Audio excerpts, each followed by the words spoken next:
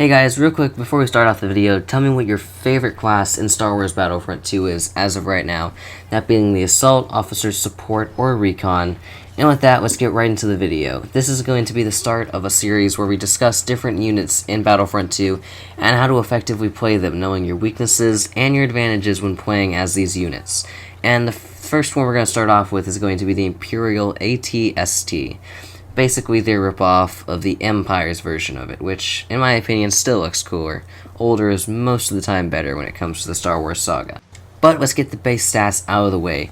The First Order AT-ST has a little bit of a higher blaster damage than its Imperial counterpart, but has roughly the same health, and this doesn't really change it that much. Like, the blaster damage is a nice bonus, but with the same health, you have to go for the same weaknesses that the Imperial version had, and beware of those, which would in most scenarios be explosives and grenades. They do massive damage to this thing, and while a large amount of blaster fire can deal a very large amount of damage to this if you have enough units shooting at you at once, most of the time your teammates will help you out with that by taking them out, and you can take care of them with your blasters. So you're really only worrying about explosives, because once they're thrown, there's no way to counter them. They're going to explode one way or another. But now let's get into how to use the Imperial AT-ST.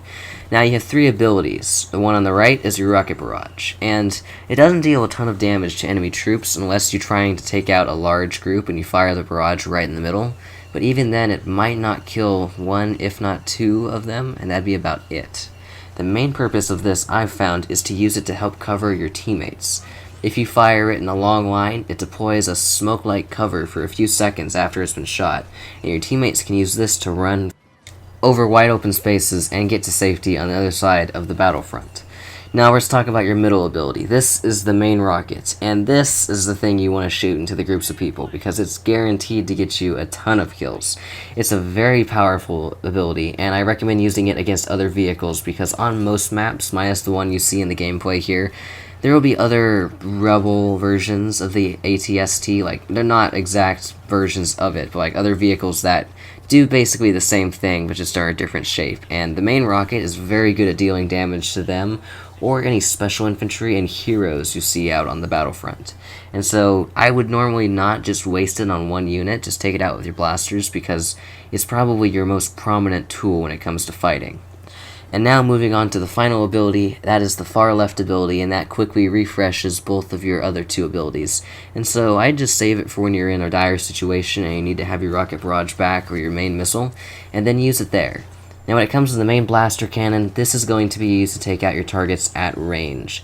The AT-ST does not have a very high health for an armored vehicle, and blasters and rockets can take it out pretty easily.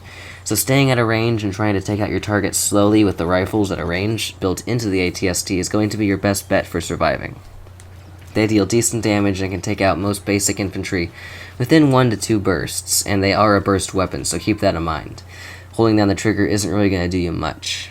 But all in all, it is still a very powerful unit, and on most maps it can turn the tide of a battle. When it comes to star cards, though, I can highly recommend choosing the one that increases your ability cooldown rates, the one that increases your blaster damage, and the one that increases your vehicle health, because it never hurts to be able to take a couple more shots from enemy units. And with that, this ends this video. These are going to be very quick videos that just briefly explain how to use each unit. If you guys would like to see a more in-depth version, do feel free to comment down below and tell me, as I'm happy to make those kind of videos. But with that, that ends this video, and so if you enjoyed, don't forget to leave a like down below and subscribe to the channel. And tell me, did I teach you guys anything new about this unit? Comment down below. And with that, this ends the video. This is J-Man the Joker signing off. Have an awesome rest of your day.